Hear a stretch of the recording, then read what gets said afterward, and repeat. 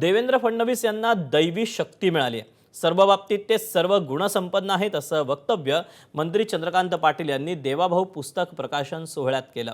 तर याच कार्यक्रमात त्यांनी उद्धव ठाकरेंचं नाव न घेता त्यांच्यावर निशाणा साधला. मी असा एक मुख्यमंत्री पाहिला जो पेन काढायचा आणि निवेदनावर खुणा करायचा.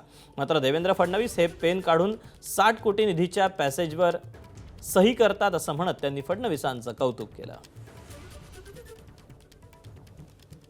नक्कीच आहे की ह्या माणसाला काहीतरी दैवी शक्ती मिळाली. तर एका माणसामध्ये इतके गुण कधीच नसतात. म्हणजे तो संघटकी असतो, तो राज्यकर्ताही असतो, तो मित्रही असतो, तो वाचतोही प्रचंड, तो लिहितोही प्रचंड, तो कुटुंबवत्सल आहे.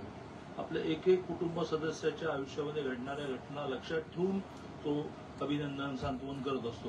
असं एका माणसाचं मिळणं अवघड असतं. मी एक मुख्यमंत्री असे पाहिले, मी नाव न घेता जरी वर्णन केलं तरी तुम्हाला कळेल की त्यांच्याकडे निवेदन घेऊन गेल्यानंतर ते पहिलं पेन काढायचे, मग ते उघडायचे, मग ते निवेदन वाचायचे, अशा काही खुणा करायचे. मला वाटायचं की आपलं निवेदन खूप व्यवस्थित वाचतायत, खुणा करतायत, आता ते लगेच काम करावे लागतील, मग ते पेन बंद करायचे, ते पुन्हा खिशाला लावायचे आणि असं म्हणायचं की मी नंतर सांगतो तुला. असं चालून तर 100 पैकी 99 लोकांना सांगितलं, लगेच सांगू नका कोण नाव द्यायचं.